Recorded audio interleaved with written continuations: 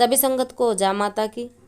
देखिए, जो लोग पीरों की पूजना करते हैं अपने घर में, चाहे वो जार पीर हो, चाहे वो 5 बावरी पीर हो, चाहे वो कोई अन्य पीर हो, चाहे वो 9 गजा पीर हो, कोई से भी पीर की अगर आप सेवा पूजा करते हो तो किस प्रकार से करके आप उनसे फ़ायदा ले सकते हो, इन सभी बातों पे आज चर्चा करेंगे।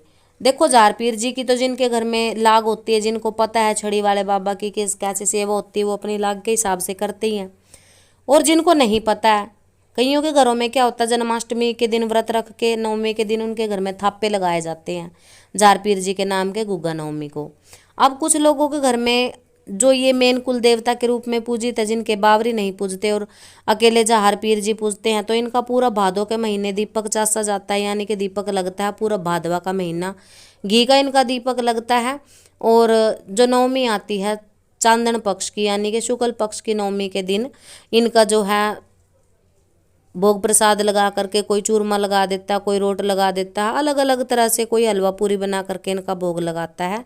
इस प्रकार से इनकी सेवा करी जाती है। और प्रथम में माँ काली के जोड़े में ये चलते हैं, माँ काली को भोग जरूर लगाया जाता है। साथ में नारसिंह पीर जी की सेवा भी होती है, ये सभी जानते हैं। अब जिन लोगों के अंदर सवारियाँ खेलती है और वो चाबुक से अपने आप को मार लगाते हैं, तो वो नारसिंह पीर जी की सवारी होती है। वो चाबुक से मार जो होती है नारसिंह पीर जी के नाम की होती है।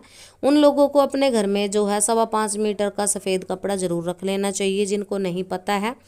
अगर आपके घर में शक्तियाँ आपका साथ नहीं दे रही हैं, या फिर आपके घर में सांप बहुत ज़्यादा निकल रहे हैं, या फिर आपको सपने में सांप दिखाई देते हैं, तो ये जार पीर जी का ही आपके घर में होता है। क्योंकि ये जो राजस्थान के ददरेवा जिले के जो लोक देवता माने गए हैं, और तकरीबन तकरीबन पूरे हरियाणा में की बात करेंगे, इनको बहुत माना जाता है। हरियाणा से बाहर राजस्थान के एरिए में भी इनको बहुत ही मानता इनकी है, और नाग देवता के रूप में इनको पूजते हैं। तो किसी अन्य पीर की भी अगर आप साधना करना चाहते हो, तो देखो, जैसे आप माई की पूजा करते हो, माई काली के जोड़े में पीर कैसे चलते हैं, तो इनकी आप दीपक चासना पड़ता है, दीपक लगाना पड़ता है, उस दीपक की सेवा करनी पड़ती है। आप इनको बताशे का भोग दे सकते हो, लड्डू का भोग दे सकते हो, और वीरवार या रविवार को कोई भी आसपास में कोई पीर का स्थान अगर बना हो तो वहाँ पर पान और 5 लड्डू आप जरूर चढ़ाएं। ये पीरों की सेवा हो जाती है। क्योंकि माता शक्ति जो है वो तो कार्य करते करते करती है, वो बहुत बड़ी शक्ति है। उनको मनाने के लिए आपको बहुत ही सात्विक तरीके से और बहुत पूजा पाठ करके उन तक पहुंचना पड़ता है। परंतु जो पीर फकीर होते हैं वो बहुत जल्दी थोड़ी सी सेवा से, अगर आप शुद्धता से थोड़ी सी सेवा करते हो, बहुत जल्दी आपके ऊपर कृपा करते हैं और प्रसन्न होकर के आपको शुभ आशीर्वाद भी देते हैं। अब बहुत सारे लोग ऐसे हैं जो सट्टा लॉटरी के पीछे भागते हैं कि हमारा सट्टा लॉटरी लग जाए, तो उनको पीरों की पूजा ही बहुत ज़्यादा करनी पड़ती है। बहुत सारे लोग हमने ऐसे देखे हैं जो पीरों का पूजन करते हैं केवल इसी चीज़ के लिए। अब स्पेशली जो एक पीर को मना करके चलता है, तो पीर उनके सारे कार्य करते ही करते हैं। तो आप जो झाड़ू लगाते हो, जो मंदिर का झाड़ू, उसको अलग से रखना चाहिए, बिल्कुल साफ सफाई से। घर का झाड़ू आप मंदिर में नहीं लगा सकते हो, और दीपक लगाने के बाद आपको मंदिर में झाड़ू नहीं लगाना जहाँ पीर का दीपक लगा रहे हो। अगर आप पीरों की सेवा करना चाहते हो, या तो पीरों की कोई कलाम आपके पास हो, उनका मंत्र जाप भी आप कर सकते हो, उनकी कलाम का जाप कर सकते हो। नहीं तो आप महज भोग प्रसाद देकर भी अपने पीरों को प्रसन्न कर सकते हो। माई के साथ ही ये चलते हैं, माई के सनिध में ही इनको चलाया जाता है, माई के जोड़े में ये चलते हैं।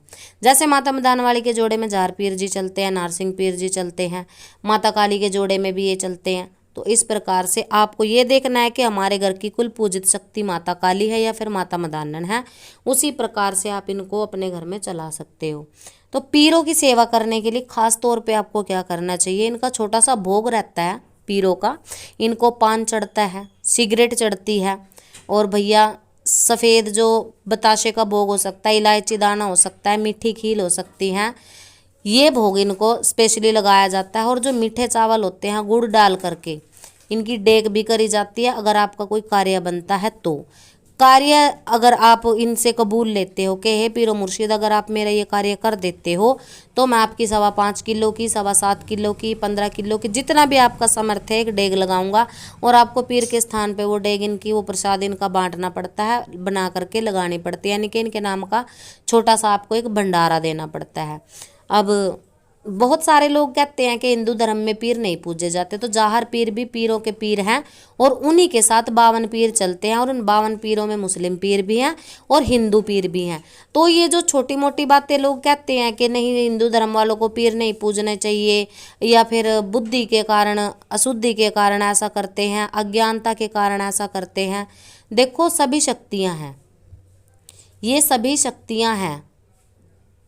अब ये तो अपने मन के विचार हैं, शक्ति कभी कोई बुरी नहीं होती, बहुत सारे लोग इनको बुरा बना देते हैं, विचार बुरे हो सकते हैं, शक्तियाँ बुरी नहीं हो सकती। तो थोड़ा सा आप इस चीज़ को जो है कि हिंदू धर्म में पीर नहीं पूजने चाहिए, अज्ञानतावश होते हैं, ऐसा कुछ भी नहीं होता। जाहर पीर जी की आप पूजा करते हो तो उनके साथ नारसिंह पीर जी चलते हैं और 52 पीर जो इनके जोड़े में कहे गए हैं, जो इनको मिले हैं इनके आगे कार्य करने के लिए, उनमें बहुत सारे पीर हैं। कभी समय मिला तो उन सब के बारे में वीडियो ज़रूर बनाएंगे। तो इनकी सेवा करने के लिए आप घर में अगरबत्ती जलाएं। अगरबत्ती आपको ध्यान देना होगा कि बांस की डंडी की नहीं होनी चाहिए, ये चीज़ आप देख करके लें, क्योंकि पीरों के लिए अगरबत्ती की खुशबू बहुत अच्छी रहती है। गुलाब के फूल इनको चढ़ते हैं, बताशे लड्डू का भोग आप इनको लगा सकते हो।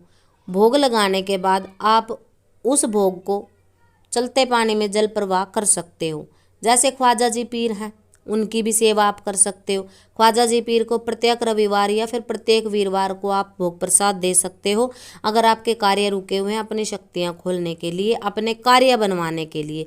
क्योंकि जब भी कभी हमारे देवी देवता रुष्ट हो जाते हैं, उनके ऊपर बंधन लग जाता है, तो ख्वाजा जी पीर बंधन लगाने में और खोलने में सबसे तेज गति से कार्य करने वाले होते हैं। और इन्हीं ख्वाजा जी से हमारे देवी देवताओं को जो है जल मिलता है।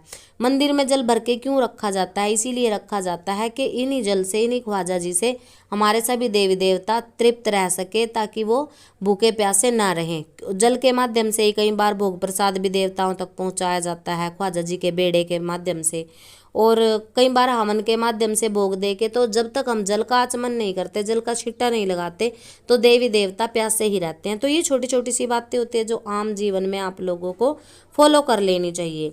तो पीरों की पूजा करने के लिए आपको ये छोटे छोटे ही तरीके हम बताते रहते हैं, जानकारी के लिए वीडियो डालते रहते हैं। जानकारी के लिए चैनल को ज़्यादा से ज़्यादा फॉलो करें, सब्सक्राइब करें और वीडियो को ज़्यादा से ज़्यादा लोगों पर शेयर किया करें, ताकि आप लोगों के साथ साथ अन्य लोगों का भी भला हो सके। क्योंकि जो अपने कुल की लाग है, कई भाई बहनों को पता होती है, कईयों को नहीं पता होती है। तो आपके माध्यम से अगर दूसरे इंसान का भी भला हो सकता है, छोटी मोटी जानकारी से अगर कोई अपने जीवन को सुधार सकता है, तो इसमें आपके भी पुण्य में बढ़ोतरी होती है और हमारे पुण्य तो बढ़ते ही बढ़ते हैं। तो पीरों की पूजा के साथ साथ ये थी कुछ जानकारी जो माँ काली और माता मदानन चौराहे वाली के साथ ये पूजे जाते हैं।